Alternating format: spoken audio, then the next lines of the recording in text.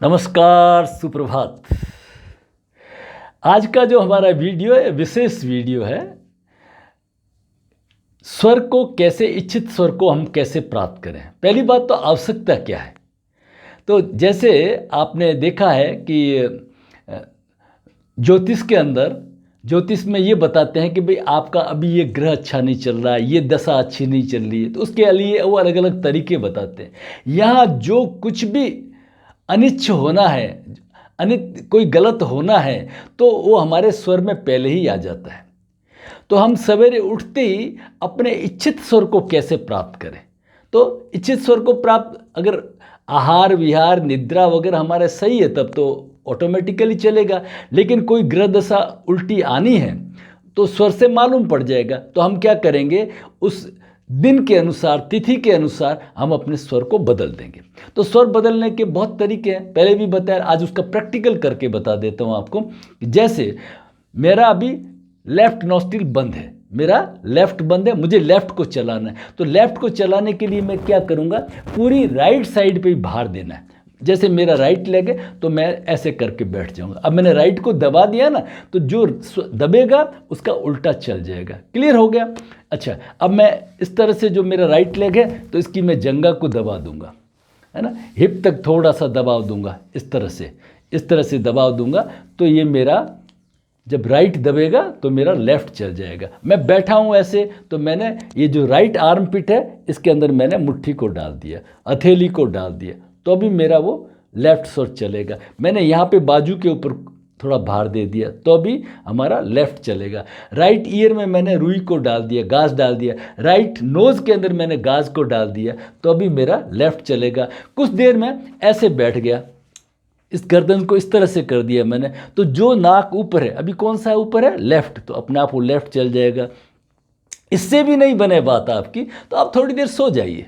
कौन सी करवट, राइट करवट। तो जो करवट ऊपर रहेगी, जो हाथ ऊपर रहेगा, है ना, तो अभी लेफ्ट ऊपर है तो लेफ्ट चल जाएगा। वाइस वर्सा इसका दूसरी तरफ है, कोई समझाने की इसमें आवश्यकता नहीं है। जैसे हम खड़े भी होते हैं ना, तो योग के अंदर क्या कहते हैं, आप अपनी एक सम स्थिति बनाइए। ऐसे सम स्थिति, स्ट्रेट होना चाहिए आदमी।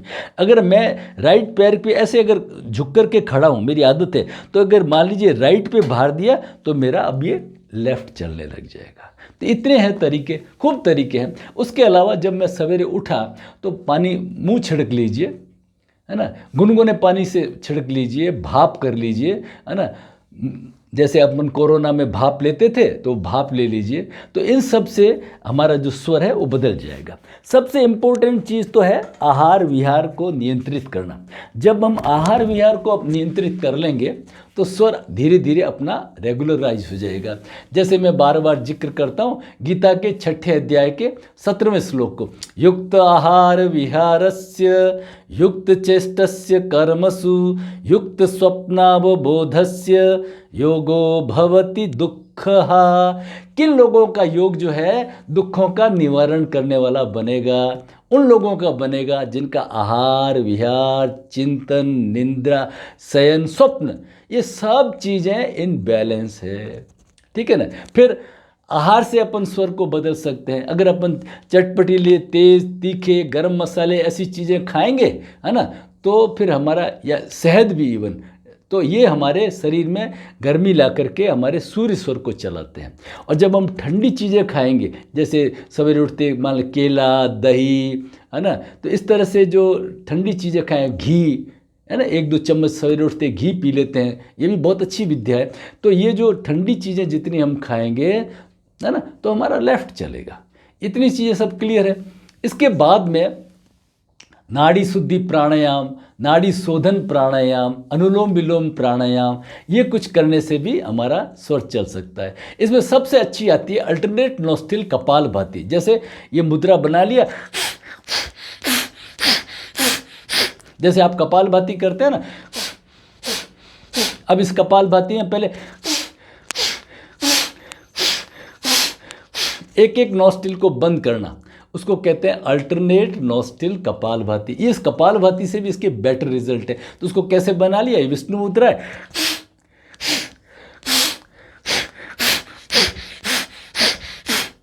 अल्टरनेट नोस्ट्रिल कपालभाति कर लिया, थोड़ा भस्त्रिका क्रिया कर लीजिए।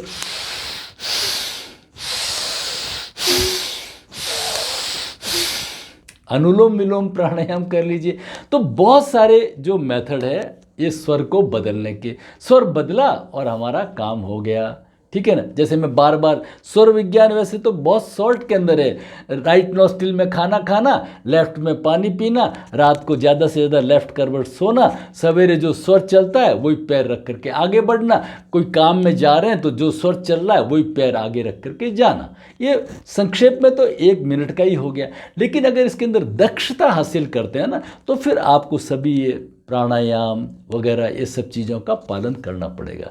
स्वर योग में क्या प्रॉब्लम है, स्वर योग में 3-4 विधाएं वो ये स्वर योग को सिखा रहे हैं। एक तो है ज्योतिष वाले, ज्योतिष तंत्र मंत्र, तो वो इसको क्या है कि ज्योतिष की तरफ ले गए, है ना, ग्रह गोचर नक्षत्र आपकी राशि ना, वो एक अलग मेथड, उसकी जरूरत नहीं है। यहाँ थोड़ा आप समझ लीजिए, ज्योतिष स्वर विज्ञान के लिए कोई ज़रूरी नहीं है। हाँ, अगर एक ज्योतिष स्वर विज्ञान सीखता है तो उसका ज्योतिष का ज्ञान, उसकी भविष्यवाणी उच्च कोटि की बन जाएगी।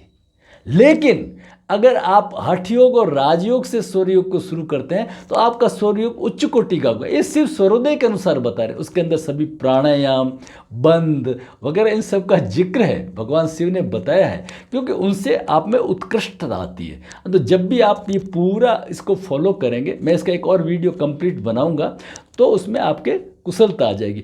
अब आता है कि सर्दियों के दिनों में तो दोनों नॉस्ट्रिल बंद हो जाते हैं, तब क्या करें। आज का वीडियो इस चैप्टर के लिए है कि जब सर्दियों में दोनों नॉस्ट्रिल बंद हो जाए तो क्या करें। उसके लिए एक बहुत तरीका है। दोनों नॉस्ट्रिल बंद है, एक नॉस्ट्रिल के लिए तो आपको बता दिया, तो दोनों नॉस्ट्रिल में ऐसे कर लीजिए। ये अपोजिट हाथ, ये अंगूठे इस तरह से रहेंगे, इस तरह से ये और ये डाल दीजिए।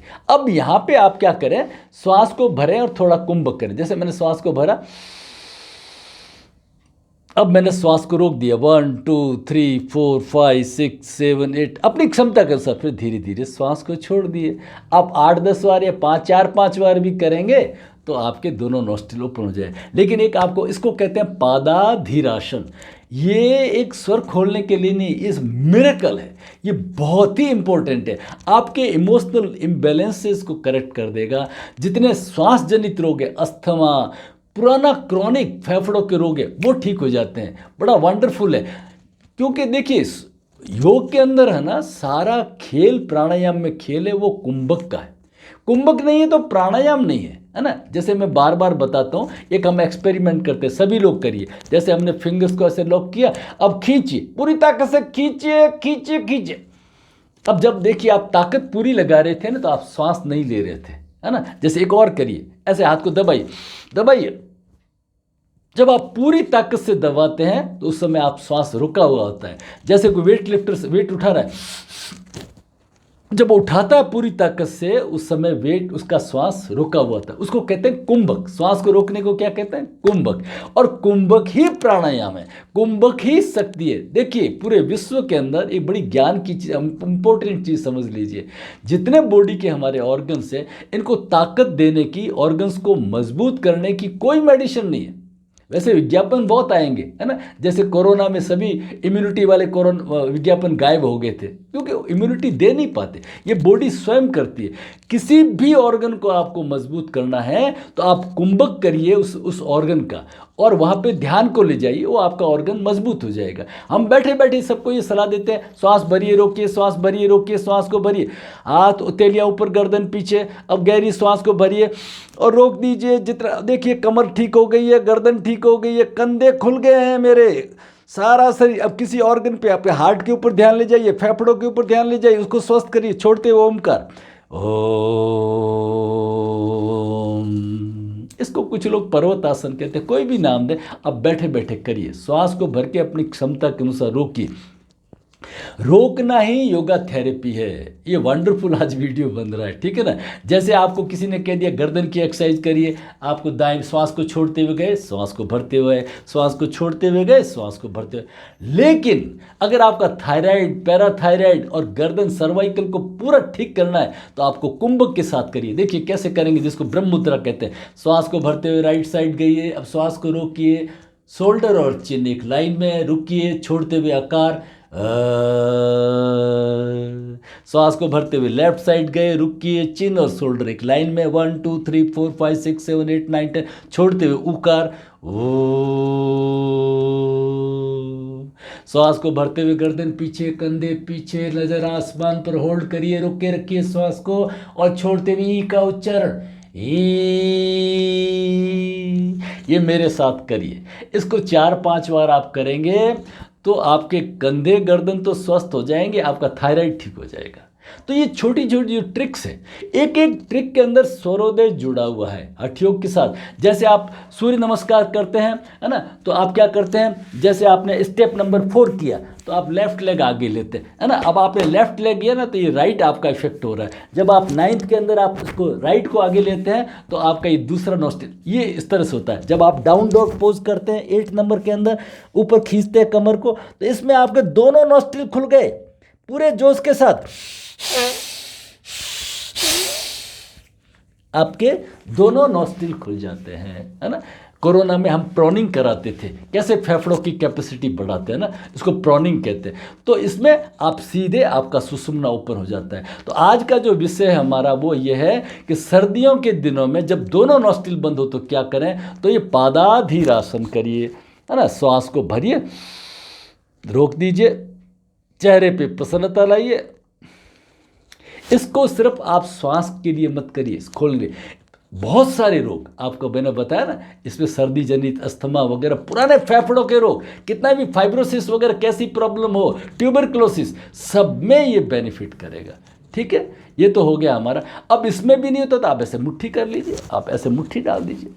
और इसमें क्या करना पड़ता है, जब आप अच्छे स्वस्थ हो तो श्वास को भरिए और फिर हाथ छाती को दबा रहा, छाती हाथ को दबा रही, आपका इतना इम्यून सिस्टम स्ट्रांग हो जाएगा, बेमिसाल इम्यून सिस्टम हो जाएगा। आप करके देखिए, हाथ छाती को, छाती हाथ को, रिलैक्स। आप ऐसे कर लीजिए, अगर आपको ज़्यादा प्रॉब्लम है तो ऐसे कर लीजिए।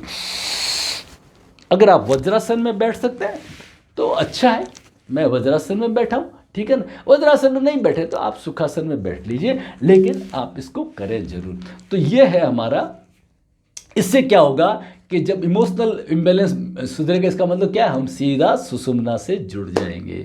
नहीं तो कम से कम एक नॉस्ट्रिल हमारा अच्छा ओपन हो जाएगा। तो आप इसको अपनाएं और हमेशा के लिए स्वस्थ रहें, कोई आपको श्वास जनित रोग हो नहीं, है ना। जितने आपके इमोशनल इम्बैलेंसेस वगैरह है वो आपको हो नहीं। बहुत बहुत धन्यवाद, आपने अपना कीमती समय दिया मेरे साथ में। अपने फीडबैक दें, अपना विचार दें कमेंट बॉक्स के अंदर। और अब इस वीडियो अगर अच्छा लगते हैं, अगर आपको, आप बहुत अच्छा लाइक करें, आपका आभार है, तो आप ज़रूर अपने इष्ट मित्रों में भेजें, है ना, ताकि मैं और आगे आपके लिए और अच्छे वीडियो बना के